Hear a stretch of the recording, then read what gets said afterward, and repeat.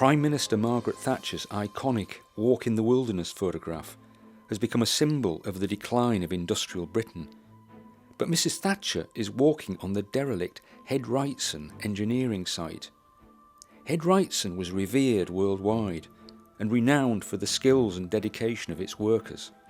But what made them so good? And what created the extraordinary links between work and community that thrived here for so long?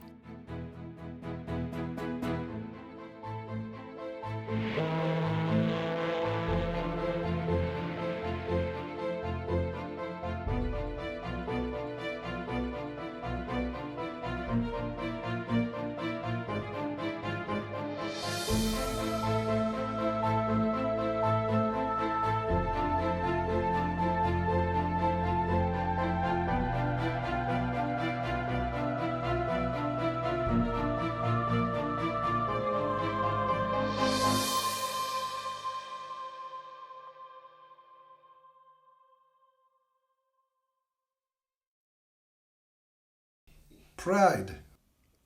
Every job you done was a pride job. That's why it was a family firm, you know. Because everything you done was absolutely tip-top. It had to be tip-top. It was a family, all families. You know, 3 and 4 and 5 brothers worked there, and fathers. And it was expected that fathers would get the sons in. And that's what happened. It was a wonderful atmosphere at Wrightson's. Well, it was a family firm. Everybody got on like a family. So if your father worked there, you worked there, your uncle worked there, your brother, your cousins, everybody worked there.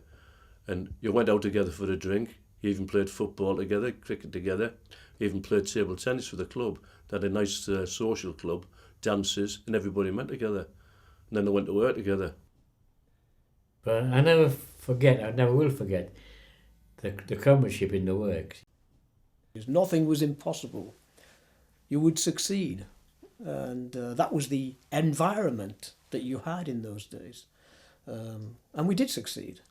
But it was all about the spirit of the people. The place was black with them coming out, the men. There's that many coming out. And before I started, you know. We were watching, that was then, I was about school age, watching those people come out of work. Never realised we were going to end up in the same place as those people.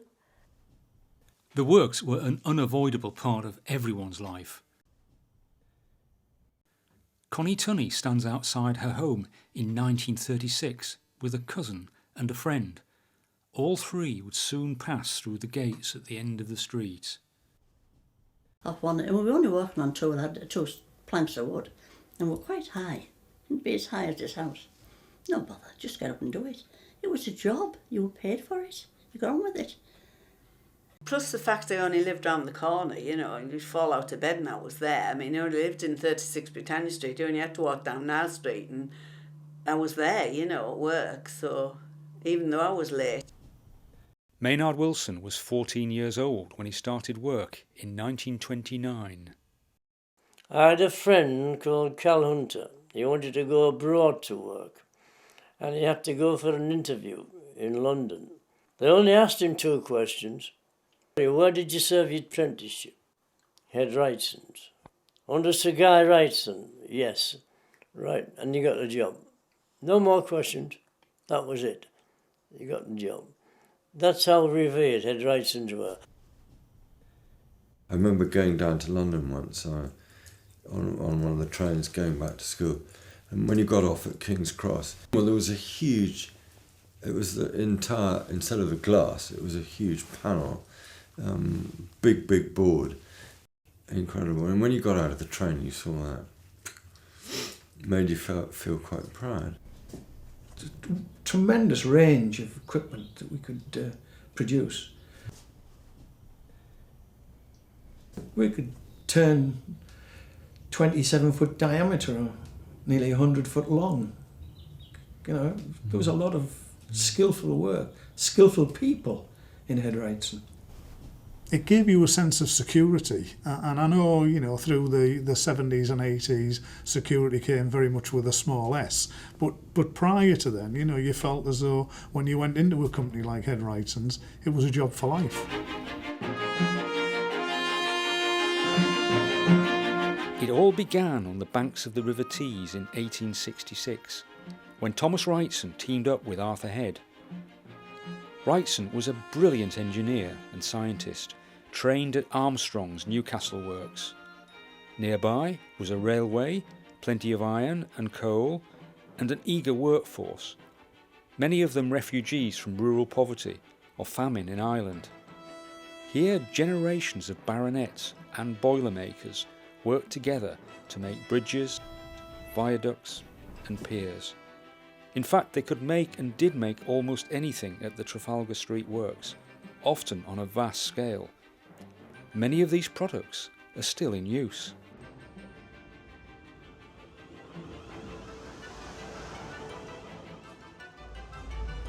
But Head's almost wasn't here at all. It was the start of the Great Depression.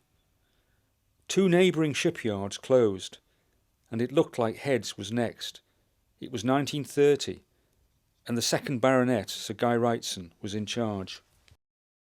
In fact, Head Wrightson's fabrication shops were empty. There wasn't a job in. All the men were finished. The yard manager was kept on, and the apprentices were kept on, week on and week off. But Sir Guy Wrightson actually mortgaged Neesham Hall, where he lived, to keep Head Wrightson's open. But Head Wrightson's couldn't provide work for the whole town. John Gilgallen was a moulder at the neighbouring Bonley foundry. He finished work in 1931. And my mum said, oh, he's got a job digging air raid shelters. Now that was the first job, digging air raid shelters. And he was in Robert Street, down near the town hall. And so I went down there, and he was stood in this big hole. It was all wet. And I said, oh, I remember saying, oh, Dad, you're too old to be stood in there, you know, digging out. He said, oh, it's a job, you know, it's a job. And that was all about it. But he died in the November of 39. Been too much for him, probably. Memories of the Depression haunted a generation of workers. As a result, their later expectations of work and life were modest. And of course came the war years, and that did change things completely. First 2 or 3 months we weren't doing anything at all. We were changing over from peacetime to wartime production. And we got so fed up, 5 of us, that we went to join up. When we got back to work, we had the biggest tousing of our careers. Don't you realise that you're in reserved occupations? You're more valuable at home than you are at the front. So suddenly there was jobs for everybody. Even married women who had never left the hearth could go out and get a job, which had never happened since the First World War, had it? You were conscripted there, that or the army. So my dad said, you're not going to the army, you're going to advisors that want you to go, so go. You'll be all right, we all know. We look after, keep our eye on you for your own sake. When the women came into work, they were trained. We trained women to weld in 6 weeks. Passed a Lloyd's Class 1 test in 6 weeks. They were natural welders, the women, because they had lovely light touch, which helped them to weld. Long hours, sometimes we'd done 12-hour shifts, 6 in the morning till 6 at night. And of course, with the blackout, you hardly saw daylight. And then you could go home and go to bed and you'd be up 2 or 3 hours because of an air raid siren. But you still have to get up and get back to work for 6 in the morning.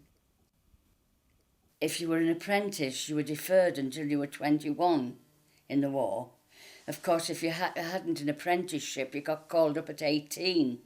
So we had to put a deferment in when the boys got to 18 that were apprentices.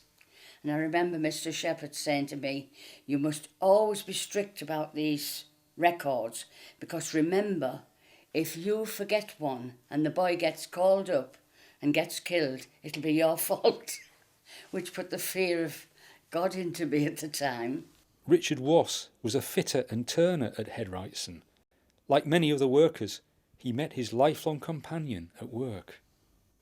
And I'd be going in to do a night shift, and he was finish his total 10 to go home. I would do, how are you? See you tomorrow when I come in again. And that's how it was. And I wasn't the only one in that position. Other women had the, you know. I always remember that. I used to say to people, I don't know if we had time to stop and get married. You know, just 3 shifts. Then one time, if they were on days and we were on total 10, we'd see them a bit more. But you weren't allowed to talk to them at work or anything like that, only when you were going in. But the bosses knew who was pairing off, you know. They knew all about us, what we were doing. But the activity at Heads was well known further afield. The Nazis were taking reconnaissance photographs, and the site was being marked up.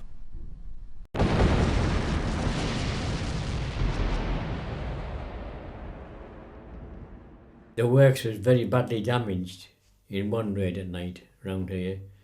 Although it was blacked out the place, all the windows were broken, and they dropped what they called a parachute bomb near hand, and it blew all the windows and the roofs out in the works. A lot of people were sent home. They couldn't do nothing. All the labourers were sent home. All the tradesmen stayed and got things put right again. I used to do the home guard as well. I was on 6 or 2. You were free for night time, right? You were on tonight. Tin happened a lot. And that's when I was there, when in the air shelter, they're all singing. It was a hell of a bang. And the head chief said, you wanted Connie up at round the town hall. I said, what for? He said, there's been houses bombed. And when I went up, it was my sister's, she lived with her mother-in-law, it was their house. She's coming out carrying a baby 3 months old, covered in rubber and muck, because what saved her was underneath the stairs. That was it.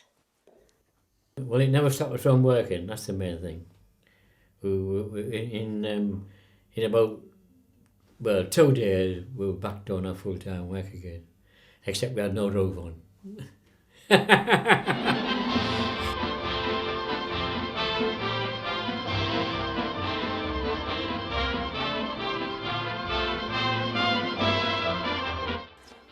We built mines, sinkers, bombs, aircraft hangars. We built 4 or 5 of those.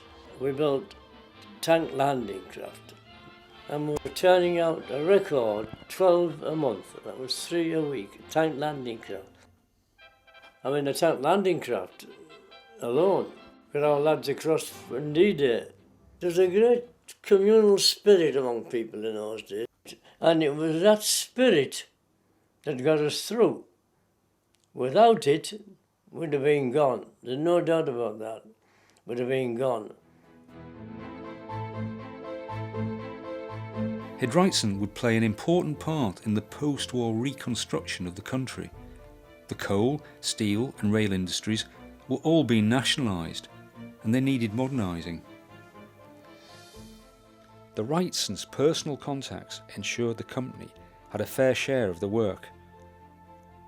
After the death of their father, Sir Guy Wrightson, the 3rd Baronet, Sir John, and his brother Peter faced the huge task of turning the company round.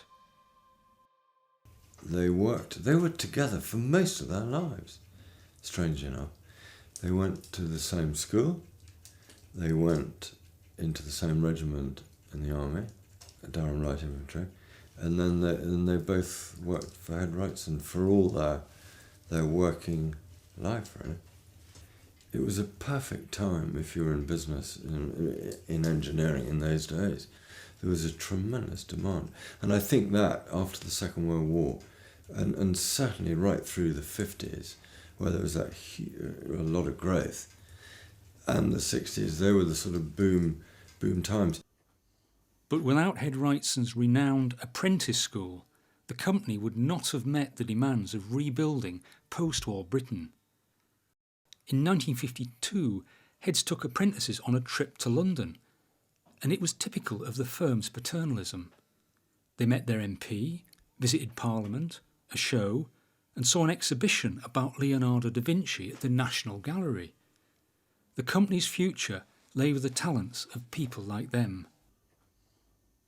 And I think if we wanted to man the kind of range of things that Head Wrightson was doing, it was absolutely essential to take on boys who'd done reasonably well at school, hopefully better than reasonably well at school, and who wanted to be tradesmen.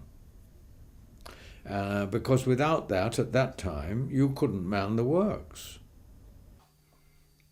If you served your time at Head Wrightson's, you could go to any firm in the country or any firm in the world and you would get a start because you were skilled.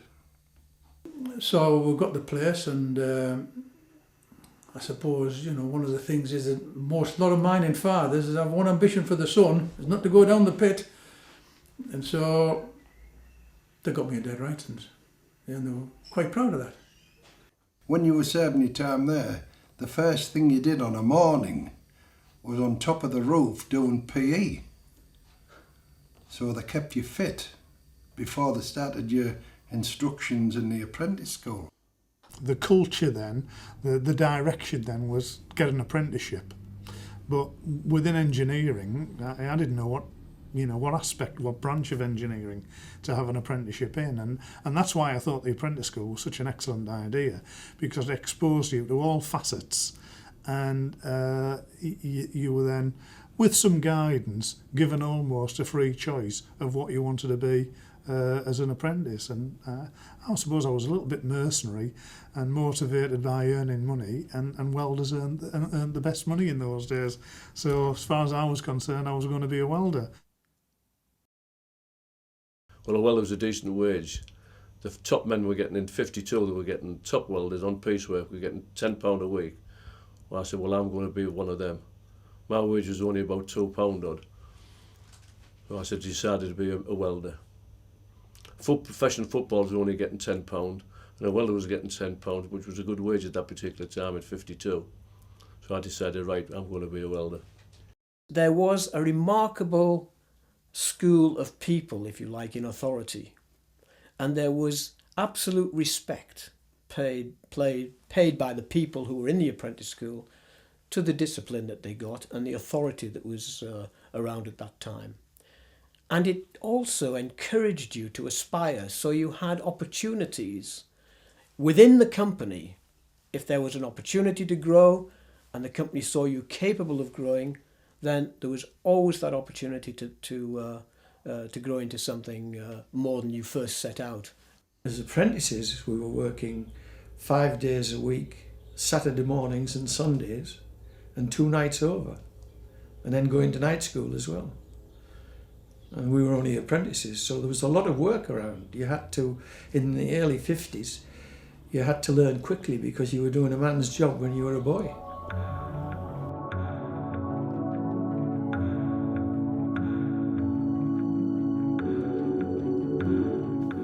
Teesdale had all the facilities on site, and it was constantly evolving. They even had their own steel foundry for making high-quality castings.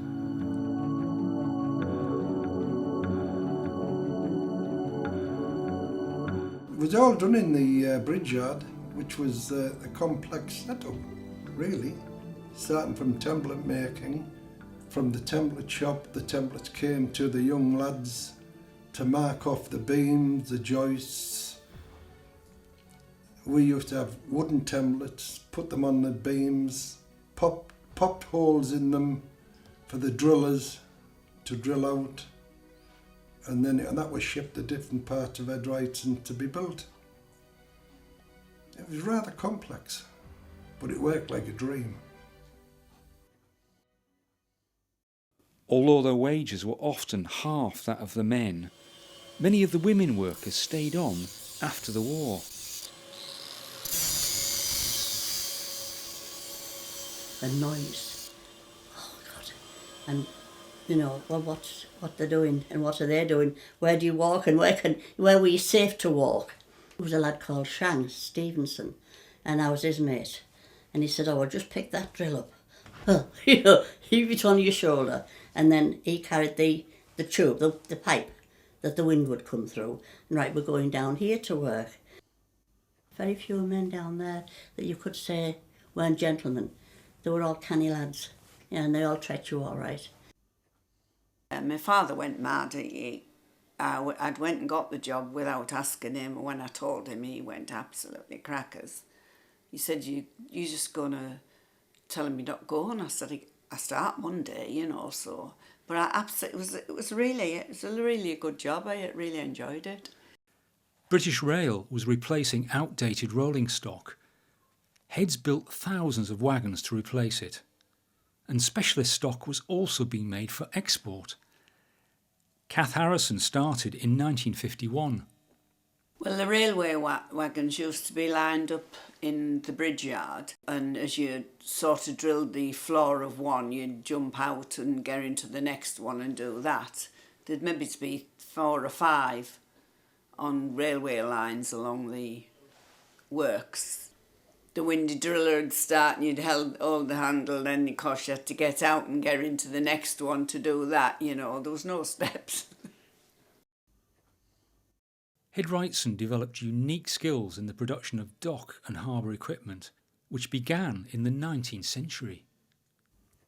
Oh my God, that was right down the river, on the riverside, as you can imagine, so they were ready to be launched when they were finished.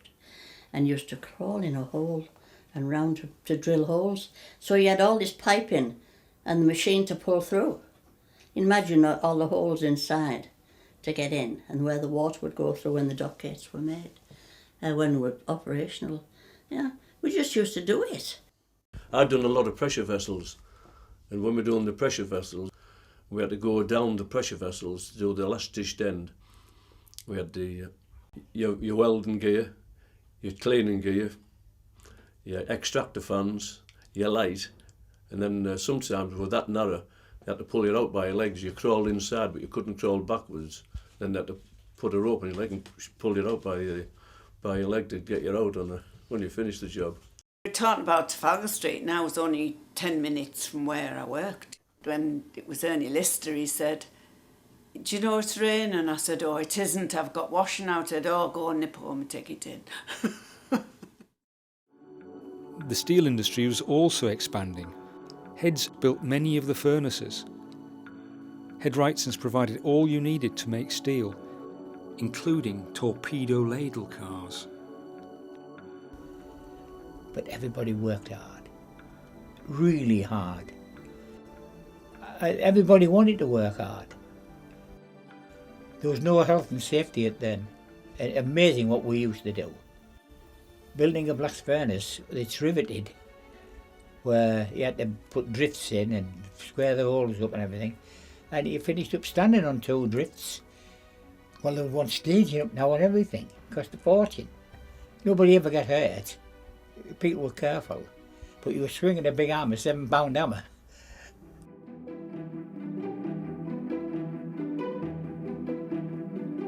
We used to see the big boilers sometimes going up the street on the lorries. We wondered how they'd travel. They were so big, they were massive.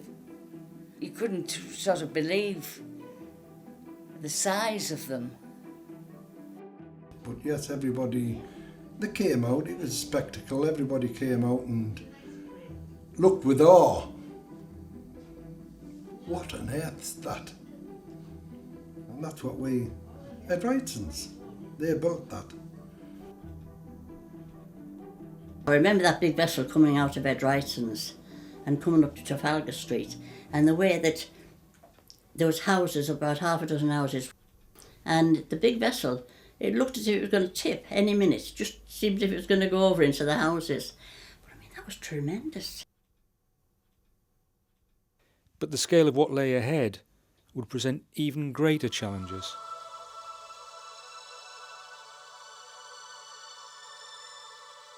The prospect of electricity that would be too cheap to meter stirred the nation. Head Wrightson saw potential in the emerging nuclear power industry, even though they knew very little about the technology, and the Wrightsons recruited leading scientists to help them design the work. The contracts created thousands of jobs.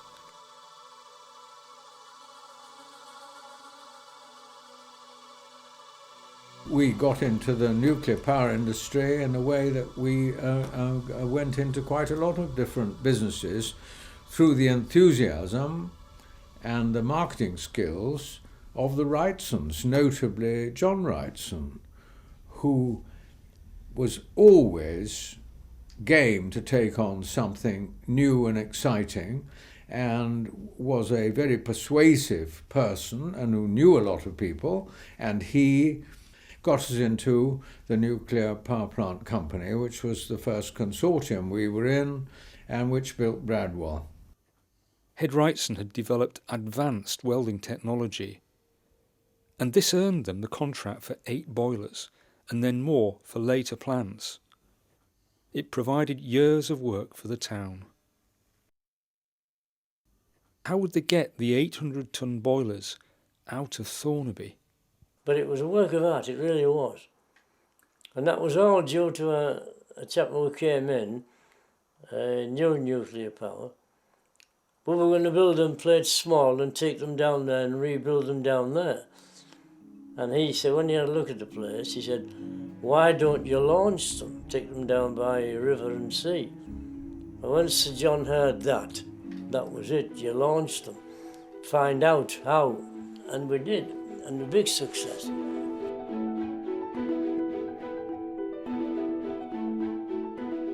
We had a very imaginative and practical foreman called Walter Tranter, and he designed, probably on the back of an envelope or on a piece of paper, slipway timbers. We still employed shipwrights in those days, and they built a slipway, and we all rather held our breath when we saw the boiler on the slipway. Would it actually slide elegantly into the river? And it did, so that was fine. And so did all the subsequent boilers.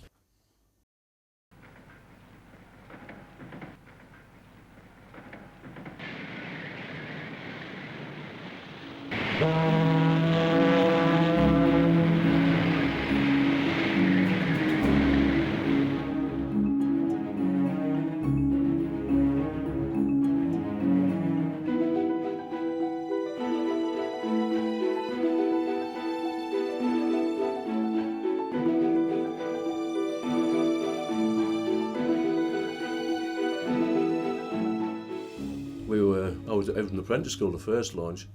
We all had our white overalls on. Said, you stop there and stop anybody from going down there. So this big car come up. So I stopped this big car. Well, unknown to me, it was Lady Wrightson going to launch it. So I got my behind kicked for that, for stopping the car. But anyway, the bottle, we called it the bottle when it got launched.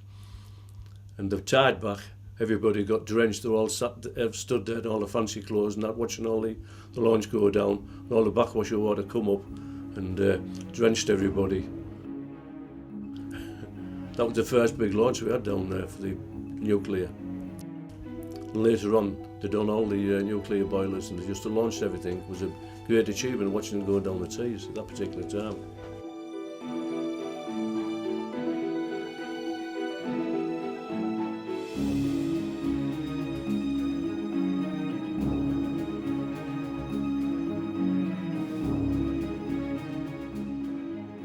When you're launching 800 ton into the River Tees and towing it out to Africa as a dock gate or something like that nature, tremendous achievements, not seen anymore.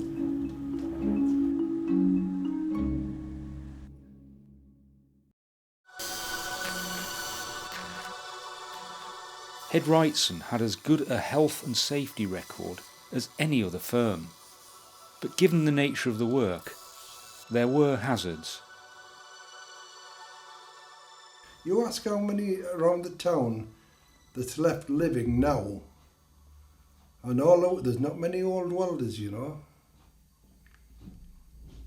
They all had breathing problems. There's a lot of them died very young. It was a dangerous atmosphere at the time because the ventilation was very poor, and the welding fumes, you had no extractors at the time, you had no masks at the time. I find myself very fortunate at my age to be still going strong after what we'd put up with. The dressing or fettling yard. These photos were taken in the late 1920s, but conditions didn't change until the 1950s. The dressing yard was all out in the open. In the winter, the men used to have fires to warm the tools and just work outside. You know, they worked out in snow, in all weathers. Our back windows of the offices used to look right onto it. You know, and especially in the winter when the fires were going and, thinking of men working out there in all weathers, we thought it was terrible. But they got used to it. I mean, the foreman was called Ducky Harris because they said he'd work when he was on the tools. Nothing stopped him working. But the early 1960s saw major improvements in working conditions at Teesdale, such as purpose-built fabrication shops.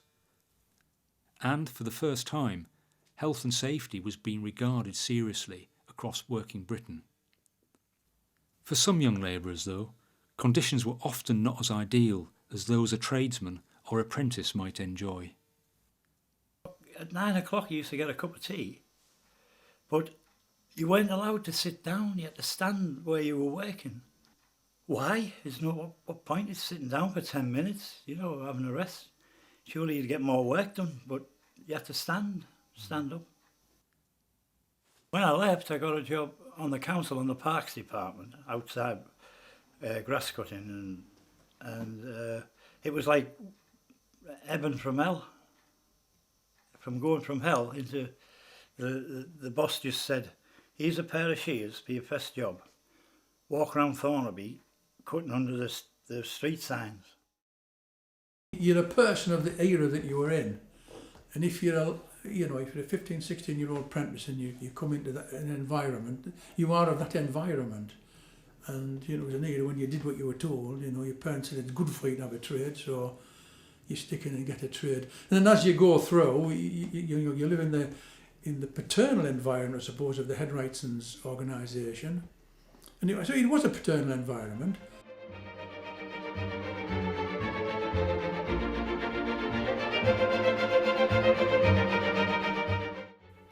The Wrightsons themselves were paternal, and this enhanced the lives of the workers in many ways. Staff were invited to a biennial garden party at Neasham Hall. This is the 1932 celebration of John Wrightson's coming of age. For years the event became an expression of continuity and stability. The firm provided popular facilities for the workers' spare time, and this all contributed to a sense of community and belonging.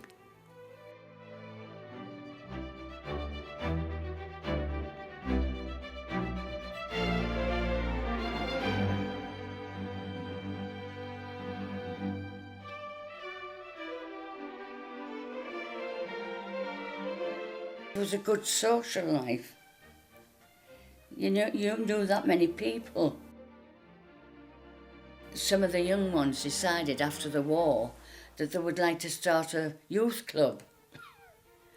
So they organised a trip to Whitley Bay. So Mr. Mars got to know and he said, "Right, we'll pay for the buses and we'll pay for the lunch." And we all had a trip out to Whitley Bay.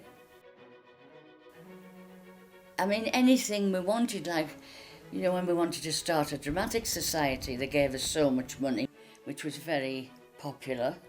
We used to make all our own scenery. Oh, we had some good times, you know. It was all professionally done. We used to have a man on the door with his tails and...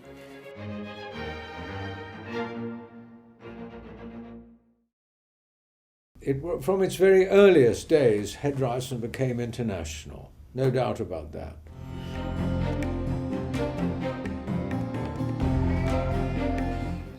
You name it, in heavy industry, medium to heavy industry, and we could have a slice of it. There was a piece of action in there somewhere for us. We were just finding out what it was. The President of India, Dr. Prasad, thanks Peter Wrightson at the opening of a blast furnace built by the firm. This vast complex enabled India to produce its own steel. Generally, it was like going out into, not quite desert, but not far off. Clear. That's another thing you've sort of jogged my memory. Ken Home and Eric Brown worked together in India during the 1960s. And we had people from Thornaby working on that site until about 1969, perhaps 70. 15 Head Wrightsons had a presence on that site for some 15 years, which sort of, I think, shows that we really did have some staying power.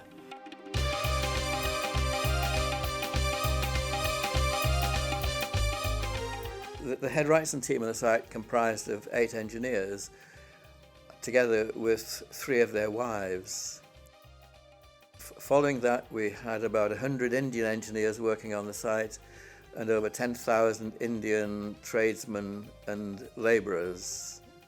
The site was very labour intensive. We had 850 people working on it. They worked as families. And the concrete was taken to the job site by ladies with tin pans on their heads. And for a large excavation, we had up to 200 ladies forming a continuous chain taking the concrete to the site. The family lived in India for 3 years. Their bungalow home was in a picturesque garden, a complete contrast to the Head Wrightson site back home in Thornaby. But they still decided to call their Indian home Teesdale. We started there with our 3 children, and then my youngest son Andrew, he was born in India. He was born in Calcutta.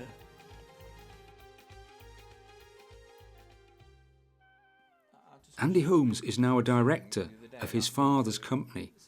Soon he'll be off on one of his regular visits to India. I'd like to go and talk to Tata about building a Jaguar plant in Saudi, but I don't know how prospective that is. But that project looks like it's progressing forward as well. So I think there's a number of things that we can talk to the companies in India about. Thornaby's global traditions continue through Ken's own company, which has for 30 years forged engineering contracts worldwide. It was exciting. It was so new to us. We'd not travelled abroad that way. And India is a very exciting place to be. And for myself, I was just a young 32-year-old. So it was a place to develop a great deal of confidence in one's ability to do work. You either did that or you sunk. In the 1970s, Head Wrightson was still thriving on all fronts, but against a changing world. Barry Preece, a sales manager, is photographed with colleagues in front of a major export to Texas, completed 4 weeks ahead of schedule. So when you'd identify that a new mine was being built or a new chemical plant was being built in Indonesia, you chased after it. World events took their toll on British industry. The oil recession, inflation, the strong pound of the 1970s all affected the capacity of companies like Head Wrightson to trade. The firm had helped to rebuild our nationalised industries. Now, they were slowly being run down. We had a lot of it, but we were too widely spread to survive in the marketplace that was coming at us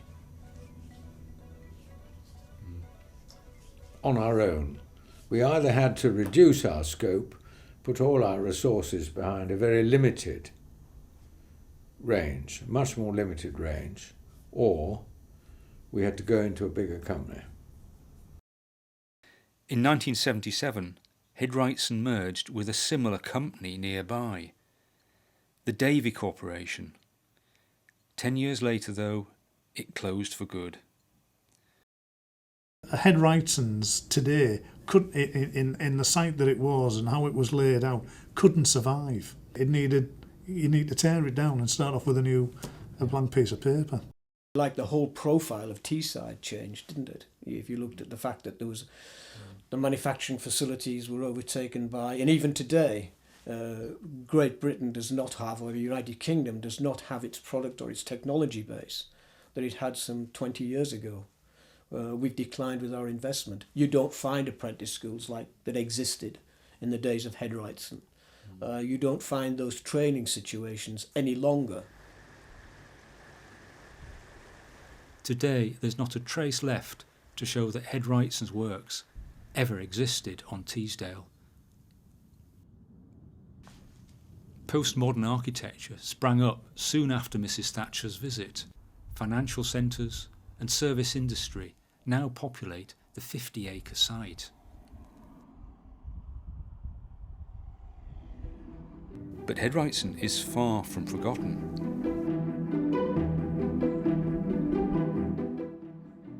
The celebrated local history group, made up of ex-Head Wrightson workers, rescued hundreds of the priceless photographs that were lost when Head Wrightson was torn down. The group is organising a workers' reunion to try and gather more photographs and memories for their collection. Telling the story of Head Wrightson's is also telling the story of Thornaby. The story should be told. They have a story to tell, and it's up to us to listen to it.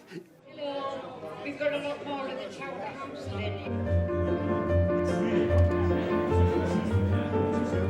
There we go. You must have that one there. Yeah. These go back to 1949.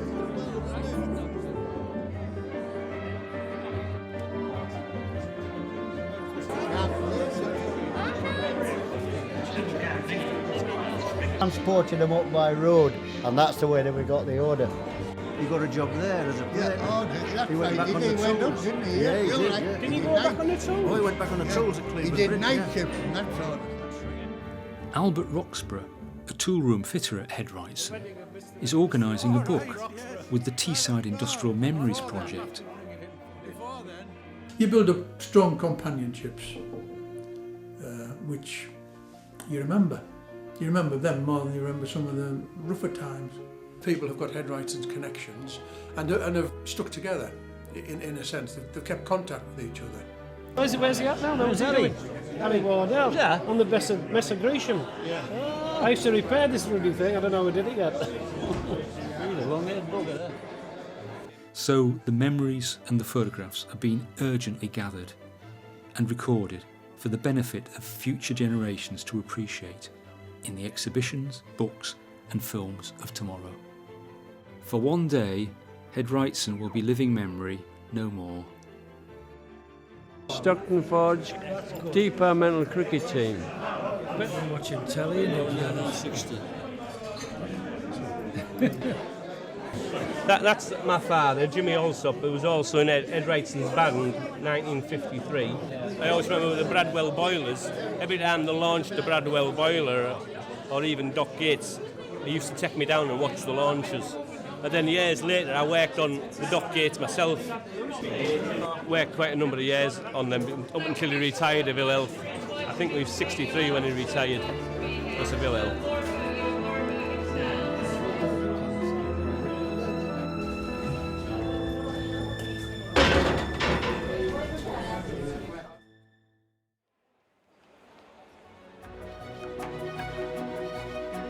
Head Head Wrightson and its workers have left a remarkable legacy, but often it's hidden or out of sight. The fabrication of Waterloo Station is a good example. The first Baronet, Sir Thomas Wrightson, was involved in the original London Underground. A century later, Head Wrightsons have provided much of the tunnel casing for the Victoria Line. The same expertise was used in Brazil for the São Paulo Underground and many other tunnels. Head Wrightson's workers built the massive Mark I radio telescope at Jodrell Bank. Astley Green pithead dates from 1898. This is the gang from Thornaby constructing it. Today, Astley Green is the only pit in Lancashire to survive, and it's been lovingly restored to a heritage centre by enthusiasts. And this is Fulham Bridge, but few of the local residents would ever imagine that this famous London landmark originated in Thornaby-on-Tees.